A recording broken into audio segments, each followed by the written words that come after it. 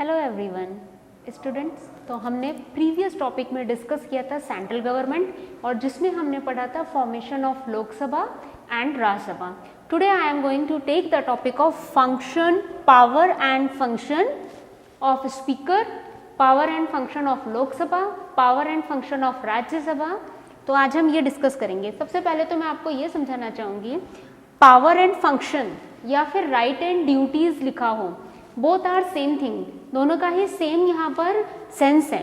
तो अगर आपको क्वेश्चन में, जैसे कि मैंने आपको पहले ये चीज समझा दिया कि this chapter is for your 7 marks, ये चैप्टर आपका 7 मार्क्स के लिए है। तो अगर पावर एंड ड्यूटीज लिखा हो या राइट्स एंड ड्यूटीज हो या पावर एंड फंक्शन हो, तो आपको यहाँ पर कंफ्यूज बिल्कुल नहीं होना है। जो आंसर आप पावर एंड फंक्शन में देंगे वही आपको ड्यूटीज एंड राइट्स में देना है। तो let's start our topic, power and function of speaker. सबसे पहले हम स्पीकर के बारे में समझेंगे। तो यहाँ स्पीकर किससे रिलेटेड है? मैंने आपको फॉर्मेशन ऑफ लोकसभा में बताया था कि there are 2 officers of Lok Sabha, one is a speaker and another is deputy speaker. तो यहाँ हम स्पीकर की बात कर रहे हैं, मीन्स जो लोकसभा का पहला ऑफिसर है। तो आप इसमें देखिए इसकी क्या पावर होती है, इसके फंक्शंस क्या है, मीन्स ये क्या क्या करते हैं। तो सबसे पहले तो इसका पावर होता है, इसका जो फंक्शन है वो है he presides meeting of Lok Sabha.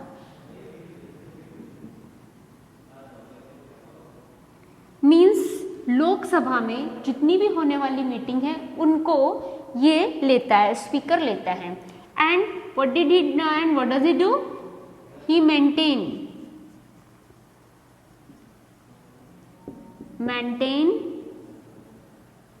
maintains law, order and discipline in the Lok Sabha.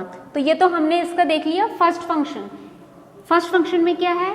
He takes meeting of Lok Sabha and he maintains law, order and discipline, because that person he is speaker of Lok Sabha, that's why he is responsible for maintaining law, order and discipline in लोक सभा।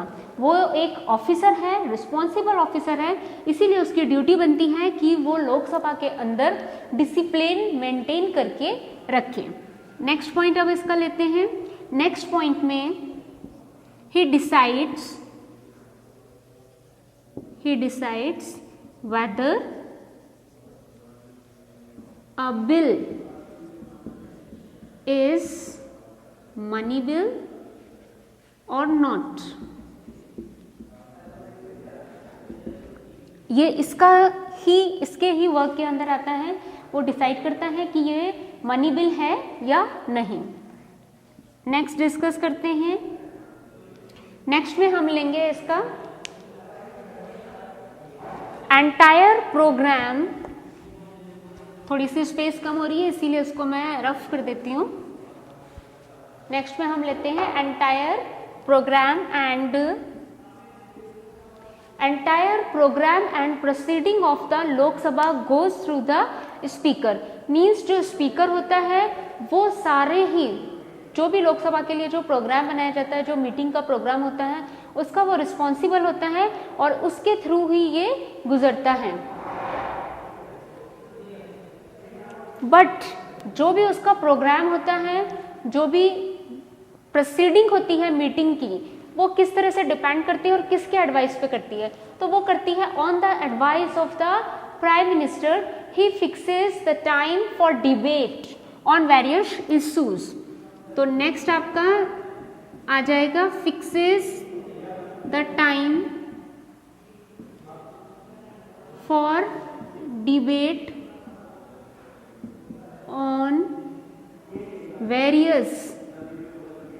on various issues। ये ध्यान रखना है। But वो debate के लिए time कैसे फिक्स करते हैं? On the advice of the prime minister. Prime minister की एडवाइस पर ही वो डिबेट के लिए टाइम फिक्स करता है कि एक पर्सन को, एक मिनिस्टर को इतना टाइम मिलना चाहिए इस इशू पर बोलने के लिए। नेक्स्ट अब लेते हैं हम, इसमें एक पॉइंट और ले सकते हैं हम, वो पॉइंट हो गया कि he is the ex officio chairman of the Lok Sabha, so he made some selective committees, कुछ कमिटीज बनाता है and for that committees he appoints chairman. तो he appoints chairman for selective committee, और इन सिलेक्टिव कमेटी के लिए जो chairman appoint किया जाता है, जो कमेटी होती है वो वर्क करती है किसकी डायरेक्शन में, स्पीकर की डायरेक्शन में। तो these committees perform work under the direction of speaker. और नेक्स्ट हम ले लेते हैं correspondence, all correspondence between president and the parliament goes through take place of speaker. Means जितने भी कॉरस्पॉन्डेंस होते हैं, जितना भी जो बात होती है, जो कोई इश्यू होता है, जो कोई मैटर होता है, जो डिस्कस किया जाता है, उनका वो स्पीकर एक चेन है, स्पीकर एक कड़ी है, किसके बीच की, प्रेसिडेंट और पार्लियामेंट के बीच की। तो जो भी कॉरस्पॉन्डेंस है वो किसके थ्रू होके गुजरता है, वो गुजरता है स्पीकर के थ्रू। तो all the correspondence between the parliament and the president, all the correspondence between the parliament and president, parliament and presidents takes place through speaker। तो पहला तो ये था आपका कि जो स्पीकर होता है, ये आपका स्पीकर होता है, ये आपका चेयरमैन अपॉइंट करता है कुछ सेलेक्टिव कमेटी के लिए, और जो ये सेलेक्टिव कमेटी होती है ये वर्क करती है under the direction of speaker. It means that जो सेलेक्टिव कमेटी बनाई जाती है वो स्पीकर के निर्देश अनुसार कार्य करती है। अब हम नेक्स्ट पे आते हैं। नेक्स्ट क्या वर्क है, नेक्स्ट है आपका correspondence between parliament and president take place through speaker. तो जो भी प्रेसिडेंट और पार्लियामेंट के बीच में जो कॉरस्पॉन्डेंस होता है वो किसके थ्रू होता है, स्पीकर के थ्रू। तो मीन्स जो स्पीकर का रोल है ये इम्पॉर्टेंट है, he plays a important role between home, between parliament and president. तो ये हमारे इसके स्पीकर के थे फंक्शन एंड पावर। एक बार मैं आपको रिवाइंड करवा देती हूँ, हमने क्या क्या किया था, इसमें क्या फंक्शन पावर लिए थे।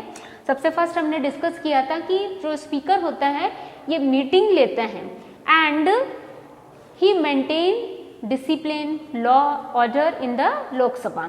तो ये तो फर्स्ट इसका फंक्शन हो गया। नेक्स्ट फंक्शन में हमने डिस्कस किया था he decides whether a bill is money bill और नॉट।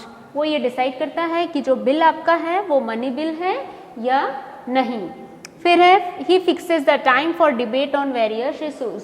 वो कई सारे इशूज पर on the advice of prime minister he fixes the time for debate. फिर he appoints chairman of selective committee and these committees work under the direction of speaker. Next one है correspondence between parliament and president take place through speaker. तो ये तो speaker के function and power हो गए। अब हम लेंगे function and power of parliament।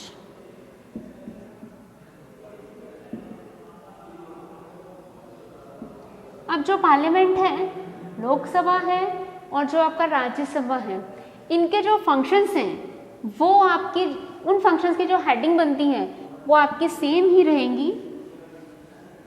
खाली डिफरेंस ये है कि उनमें जो वर्क हैं आपके, जो उनकी ड्यूटीज़ होती हैं वो थोड़ी बहुत आपको चेंज मिलेगी।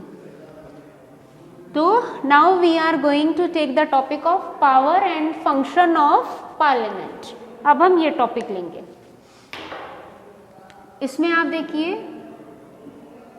First one is your judicial power.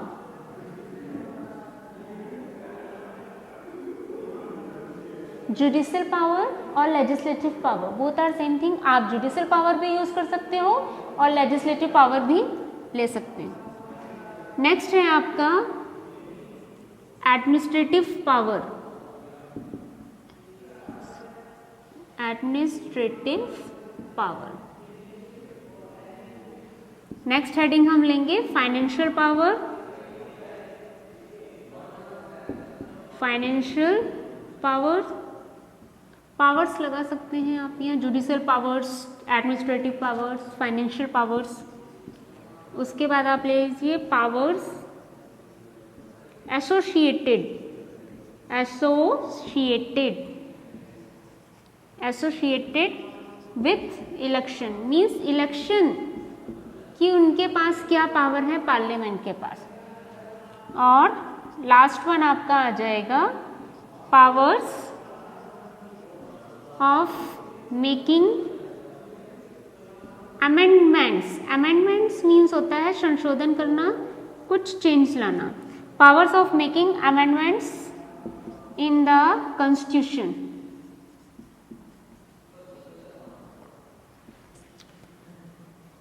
Okay, तो ये आपके हो गई, हेडिंग्स हो गई हैं।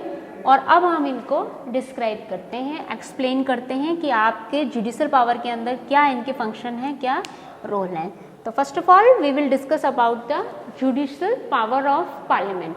जुडिशियल पावर और लेजिस्लेटिव पावर सेम होती है, जैसा कि मैं आपको बता चुकी हूँ। अब इसमें समझ लीजिए जुडिशियल पावर में होता क्या है। Actually parliament forms law in judicial power. जो आपकी पार्लियामेंट है वो जुडिशियल पावर्स में लॉ बनाती है। अब लॉ किसके लिए बनाती है? फॉर नेशंस वेलफेयर, देश के डेवलपमेंट के लिए, देश की भलाई के लिए। और देश में कौन है? पीपल। तो इट मीन्स लोगों की भलाई के लिए, लोगों के डेवलपमेंट के लिए लॉ क्रिएट किए जाते हैं, लॉ फॉर्म किए जाते हैं। अब ये लॉ जो पार्लियामेंट बनाती है उसके पास जो सब्जेक्ट दिए होते हैं वो दो लिस्ट के अंदर आते हैं। एक लिस्ट होती है यूनियन लिस्ट और एक होती है कंकरेंट लिस्ट। ये प्रीवियस क्लास में आपने पढ़े होंगे। हमारे पास 3 लिस्ट होती हैं। ये लिस्ट से यहाँ पर मीनिंग क्या है? लिस्ट से मतलब होता है यहाँ पर इनको पावर दी गई होती है, इनमें कुछ सब्जेक्ट दिए होते हैं, उन सब्जेक्ट के ऊपर ये लॉज बनाते हैं, लॉ फॉर्म करते हैं। तो 3 लिस्ट होती हैं। एक है आपकी यूनियन लिस्ट, एक होती है स्टेट लिस्ट और एक है आपकी concurrent list. We all know that India is a federal form of government and federal form of government means what? Means sharing power. तो जो इंडिया है, जो हमारी पार्लियामेंट है, वो पावर को क्या करती है? शेयर करती है। तो शेयर करने के लिए 3 लिस्ट बनाई गई हैं, यूनियन लिस्ट, स्टेट लिस्ट और कॉन्करेंट लिस्ट। यूनियन लिस्ट से मतलब है जो सब्जेक्ट इसमें इन्वॉल्व हैं, जो सब्जेक्ट दिए गए हैं, जिन सब्जेक्ट्स की लिस्ट है उसमें जो लॉज बनाएंगे वो आपकी पार्लियामेंट बनाती है। Parliament means Lok Sabha. इससे जो भी रिलेटेड सब्जेक्ट है लोकसभा उस पर लॉ बनाती है।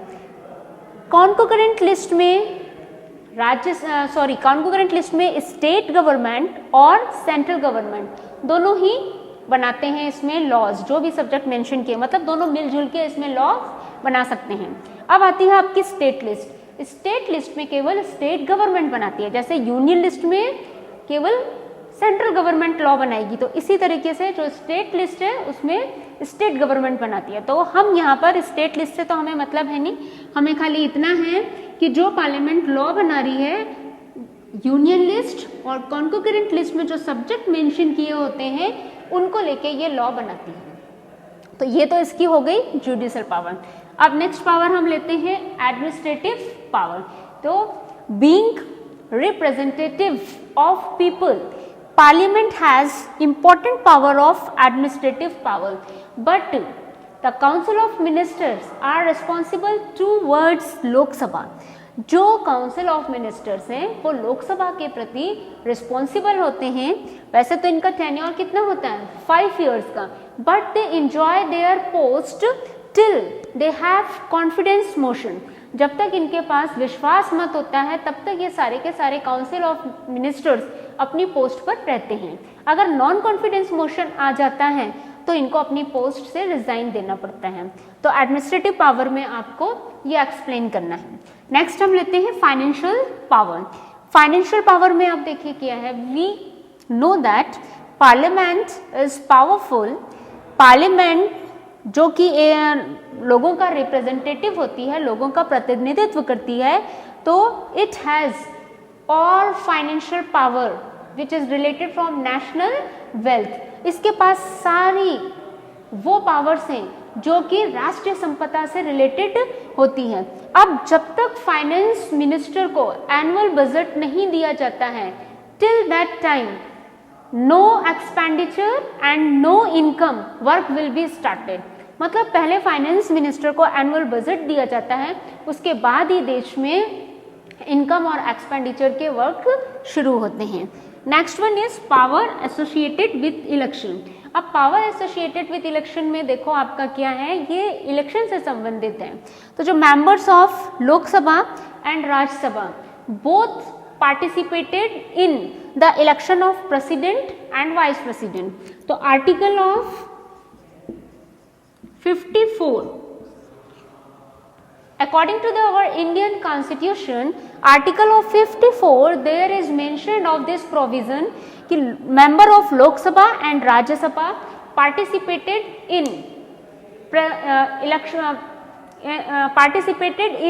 election of president। तो जो मेंबर्स हैं लोकसभा और राज्यसभा के, वो दोनों ही प्रेसिडेंट के इलेक्शन में पार्टिसिपेट करते हैं। एंड अकॉर्डिंग टू आर्टिकल 66 में मेंशन किया गया है कि जो लोकसभा के मेंबर हैं और जो राज्यसभा के मेंबर हैं, वो दोनों ही मिलकर वाइस प्रेसिडेंट के इलेक्शन में पार्टिसिपेट करते हैं। तो ये तो आपका होगा पावर एसोसिएटेड विद इलेक्शन। इसका मतलब इनके पास, पार्लियामेंट के पास ये पावर है। अब लास्ट आपका है powers of making amendments in the constitution. इसमें ये है, सबसे पहले मैं अमेंडमेंट्स का मीनिंग बता देती हूँ। इसका मीनिंग होता है संशोधन करना। आप चेंज वर्ड से समझ लीजिए, मतलब कुछ सुधारना, कुछ चेंज लाना कॉन्स्टिट्यूशन के अंदर। तो दोनों ही हाउसेस के पास, लोकसभा और राज्यसभा के पास ये पावर होती है कि वो कॉन्स्टिट्यूशन में कुछ अमेंडमेंट्स कर सके, कुछ संशोधन कर सके, कुछ चेंजेस ला सके। इसमें बट इन चेंजेस लाने में, या सॉरी अमेंडमेंट्स इसका वर्ड सही लगता है, अमेंडमेंट्स करने में इनको 2/3 मेजोरिटी चाहिए। 2/3 मेजोरिटी की नीड्स पड़ती है और ये अमेंडमेंट किसी भी हाउस में पहले शुरू हो सकता है। In case it started in Lok Sabha, then firstly they need 2/3 majority. After then वो बिल डिस्कस होगा, वो मोशन डिस्कस होगा। Then after that motion will go to Rajya Sabha. Rajya Sabha में भी उसको डिस्कस किया जाएगा। अगर वहां पर भी 2/3 मेजोरिटी मिल जाती है तो फिर अमेंडमेंट्स हो जाएगा। मीन्स कॉन्स्टिट्यूशन में वो जो संशोधन है वो पारित हो जाएगा।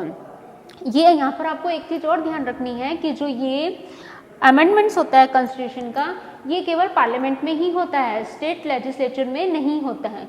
अब आपको स्टेट लेजिस्लेचर का भी पता है, स्टेट लेजिस्लेचर में भी इसी तरीके से 2 हाउसेस होते हैं। एक है आपका लेजिस्लेटिव असेंबली और एक होता है लेजिस्लेटिव काउंसिल।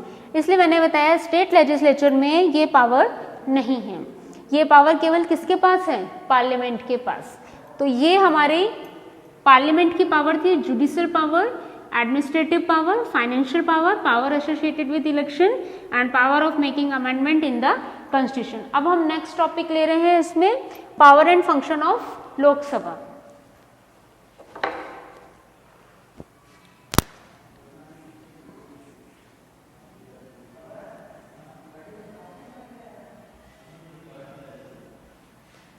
हेडिंग तो इसमें भी सेम ही रहेगी और अब आपको ये काफ़ी इजी भी हो जाएगा समझना।